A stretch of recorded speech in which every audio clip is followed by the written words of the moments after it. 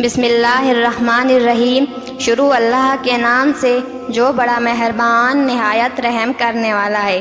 حضرت حلیمہ سعدیہ کا بیان یہ ہے کہ طائف سے بنی سعد کی عورتوں کے ہمراہ دودھ پینے والے بچوں کی تلاش میں مکہ کو چلی۔ اس سال قحط تھا، ان کی گود میں ایک بچہ تھا، مگر فقر و فاقہ کی وجہ سے اتنا دودھ نہ تھا جو اس کو کافی ہو سکے۔ رات بھر وہ بھوک سے تڑپتا تھا اور اس کی وجہ سے وہ بیٹھ کر رات گزارتے تھے۔ ایک اونٹنی بھی ان کے پاس تھی، مگر اس کا بھی دودھ نہ تھا۔ مکہ سے سفر میں جس دراز گوشت پر سوار تھی وہ بھی اس قدر لاغر تھا کہ سب کے ساتھ نہ چل سکتا تھا۔ ہمراہی بھی اس سے تنگ آ رہے تھے۔ بالآخر مشکل سے یہ سفر طے ہوا۔ مکہ پہنچے تو رسول اللہ صلی اللہ علیہ وسلم کو جو عورت دیکھتی تھی اور یہ سنتی کہ آپ صلی اللہ علیہ وسلم یتیم ہیں تو کوئی قبول نہ کرتی، کیونکہ زیادہ انعام و اکرام کی توقع نہ تھی۔ ادھر حلیمہ کی قسمت کا ستارہ چمک رہا تھا۔ ان کے دودھ کی کمی ان کے لیے رحمت بن گئی، کیونکہ دودھ کم دیکھ کر کسی نے ان کو اپنا بچہ دینا گوارا نہ کیا۔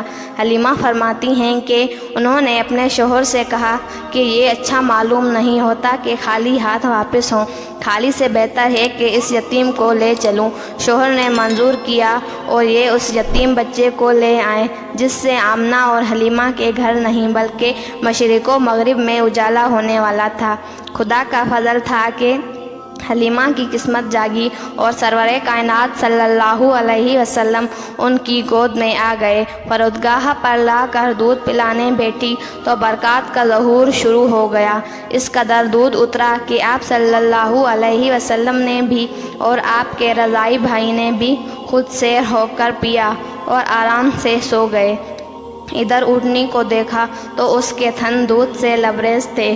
ان کے شوہر نے اس کا دودھ نکالا اور ان سب نے سیر ہو کر پیا اور رات بھر آرام سے گزاری۔ مدتوں بعد یہ پہلی رات تھی کہ وہ اطمینان کے ساتھ نیند بھر کر سوئے۔ اب تو ان کا شوہر بھی کہنے لگا کہ حلیمہ تم تو بڑا ہی مبارک بچہ لائی ہو۔ انہوں نے کہا ہاں، مجھے بھی یہی توقع ہے کہ یہ نہایت مبارک لڑکا ہے۔ اس کے بعد وہ مکہ سے روانہ ہوئے۔ انہوں نے آپ صلی اللہ علیہ وسلم کو گود میں لے کر اسی دراز گوشت پر سوار ہوئی، مگر اس مرتبہ خدا کی قدرت کا یہ تماشا دیکھتی ہیں کہ اب وہ اتنا تیز چلتا ہے کہ کسی کی سواری اس کے گرد نہیں پہنچتی۔ ان کی ہمراہی عورتیں تعجب سے کہنے لگیں یہ وہی ہے جس پر تم آئی تھی۔ الغرض راستہ قطع ہوا، وہ گھر پہنچے، وہاں سخت قحط پڑا ہوا تھا۔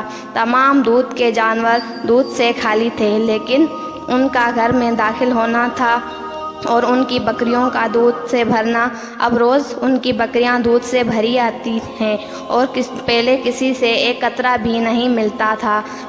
ان کی قوم کے لوگوں نے اپنے چراہوں سے کہا تم بھی اپنے جانور اسی جگہ چراؤ جہاں حلیمہ کی بکریاں چرتی ہیں، مگر وہاں تو چراگاہ اور جنگل کی خصوصیت نہ تھی بلکہ کسی اور ہی لال کی خاطر منظور تھی۔ اس کو وہ لوگ کہاں سے لاتے؟ چنانچہ ایک ہی جگہ چرنے کے بعد بھی ان کے جانور دودھ سے خالی اور بی بی حلیمہ کی بکریاں دودھ سے بھری ہوئی آتی تھیں۔ اسی طرح وہ برابر آپ صلی اللہ علیہ وسلم کی برکات کا مشاہدہ کرتے رہے، یہاں تک کہ 2 سال پورے ہو گئے اور بی بی حلیمہ نے آپ صلی اللہ علیہ وسلم کا دودھ چھڑا دیا۔